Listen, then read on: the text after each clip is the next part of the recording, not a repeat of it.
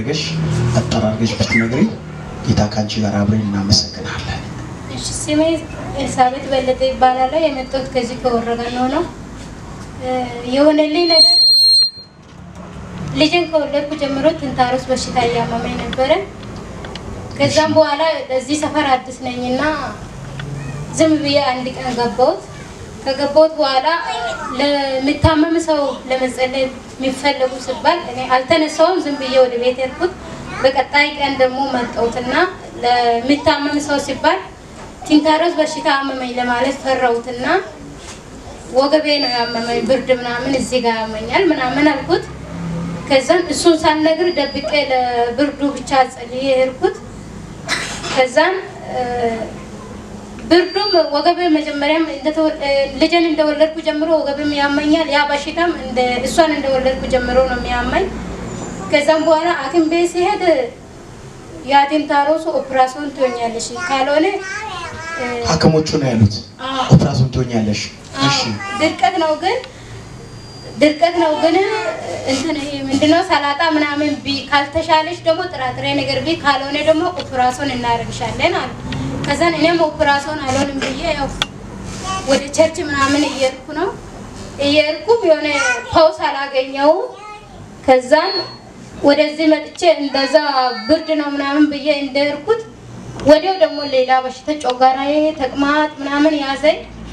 ከዛን እንደገና ደግሞ ሲይዘኝ አጸልዬ ደግሞ ሌላ ሊመጣልኝ ነው ወይ ብዬ እሱን እንደዛ አረጋና ከዛ ወዲህ ትንታሮስ በሽታ በቃ ከውስጤ ወጣ አስቀዘነ። ከዛ በኋላ የለም። ከዛ በኋላ ወጣ ለእግዚአብሔር ይሁን። ስንት ጊዜ ነው ባንቺ ላይ ያ በሽታ የቆየው? ልጄን ከወለድኩ ጀምሮ ነበረ። እኔ ሌላ ሰው እንደዚህ አመመኝ ሲባል እንዴት ነው ድርቀት የሚሆነው ምናምን ስል ይሄ ትንታሮስ ነው እነሱ እዚህ ጤና ጣቢያ ብረት ምናምን በደንብ ስለማይጸዳ ትንታሮስ ነው የሚሆነው ሲባል በደንብ ስላመመኝ እጄ ጠየኳቸው። ስጠይቅ እንደዚህ ነው የሚያደርገኝ። በጣም ነው እንትን ምለው። በዛ ላይ ደግሞ እንትን ሽንት ቤት ሲቀመጥ ደም ነው እንጂ እንትን አይልም። በጣም ቆስሎ ዙሪያው ምናምን ቆስሎ በጣም ነው የሚያማኝ። ለዛ እንደዛ አስረጅቻቸው ሲናገር እንደዚህ ካልተሻለሽ ሰላጣ ምናምን ስትበይ ካልተሻለሽ ኦፕራሲዮን እናደርግልሻለን፣ የሚያምሽ ነገር ከውስጥሽ ቆርጦ እናወጣለን አለ። ከዛም በኋላ እኔም ደግሞ አይሆንም አልኩትና ወደ ቤት መጣሁ። ለዚህ ሰፈርም ለወረጋኖም አዲስ ነበርኩትና የመጀመሪያ ቀን ነው ማክሰኞ ዕለት ነው የመጣሁት። ከዛም በኋላ ደግሞ ቀጣይ ማክሰኞ ስመጣ እንደዚህ ለበሽተኛ ለምጸለይ ሲባል ወጣሁትና ሚያማኝ እሱን ለመንገር በህዝብ ፊት ኦፕራሲዮን እንትኑ ትንታሮስ ለመናገር ፈራሽና ወገቤ ነው ያልሽ? ወገቤ ነው ያልኩት።